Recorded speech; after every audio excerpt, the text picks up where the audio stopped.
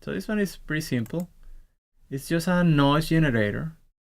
And what's going on here is you can filter. I'm filtering the lows here, so just keeping the high elements. It's not even stereo. Like you could switch it and have an stereo later. I just want to keep it mono, so it's a little more subtle. And I'm playing with a little bit with the panning. You see that in a second. So yeah. So what else is going here? That rhythm is being done by another envelope generator, which is the number one, which is the same one we have for our bass, right? So if I turn it off, this is it. This is the volume.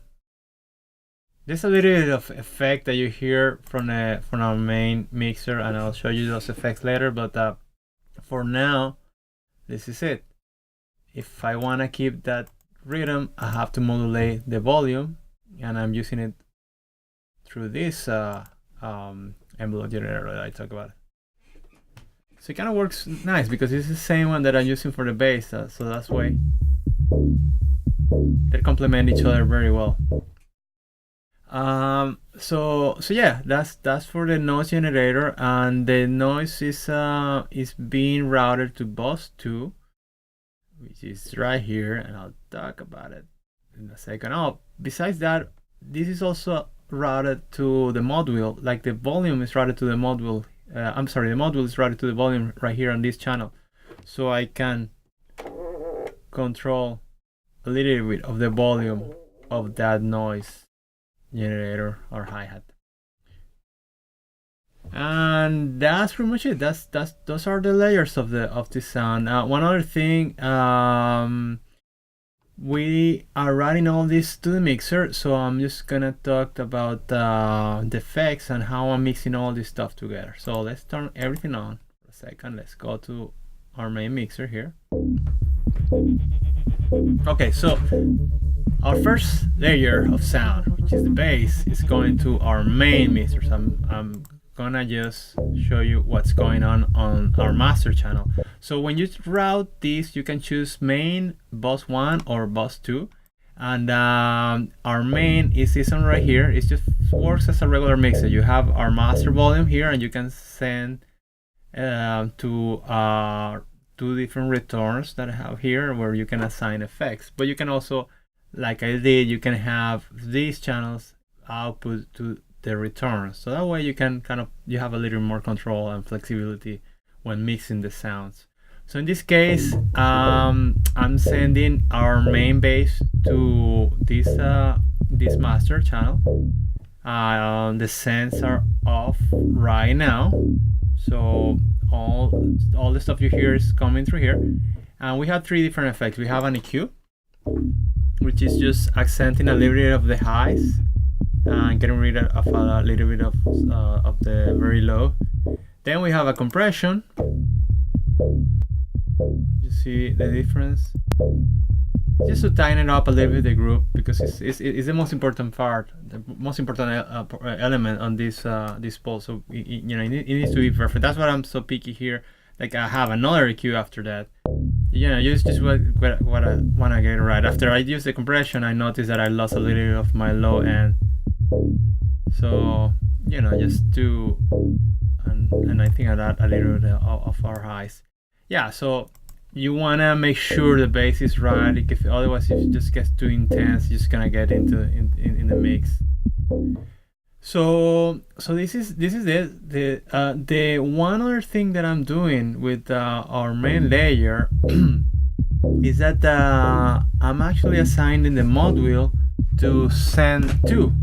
And if you see our return to, we have a couple of things going on. We have a delay, and we have a sub-band generator. So if I turn the send, you'll hear the sound being processed by the delay on the sub-band. So let me just mute our main sound, so you only hear what's being sent here. So the main thing is just the delay. If I turn this, you won't hear much different. This is kind of affecting something else that I'm gonna show you in a second. So yeah, so it's just adding a little bit of delay to the sound. And the send is being controlled by the mod wheel. So I assign this to the mod wheel so you can add that particular effect with the mod wheel. So let me just undo all this stuff.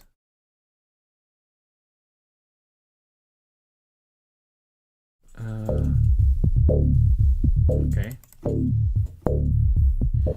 So if I move the mod wheel, you'll hear this send being open and closed.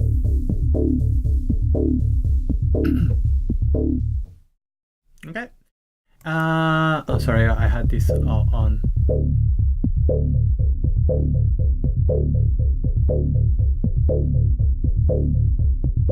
Okay, so that's it for layer 1. So layer 2, this one here, is being sent to return 1, and here we have a delay effect. If I turn everything off, you know, just to give it a little more depth. Very standard delays, not doing anything crazy. And then some reverb as well. Very subtle. So that's it for layer 2. And layer 3, our hi-hat, is being sent to this return, right? Bus 2. And now we have the delay that you already heard before. Like if I turn it off, you know, it's kind of subtle, it's kind of nice. And the subband is just adding, if I turn it off, it's just kind of boring delay, the noise. The subband adds a little bit of a movement, almost like a phasing effect. Then the delay makes it more stereo and keeps it very subtle. And that's it. That's the whole patch. If I played everything together,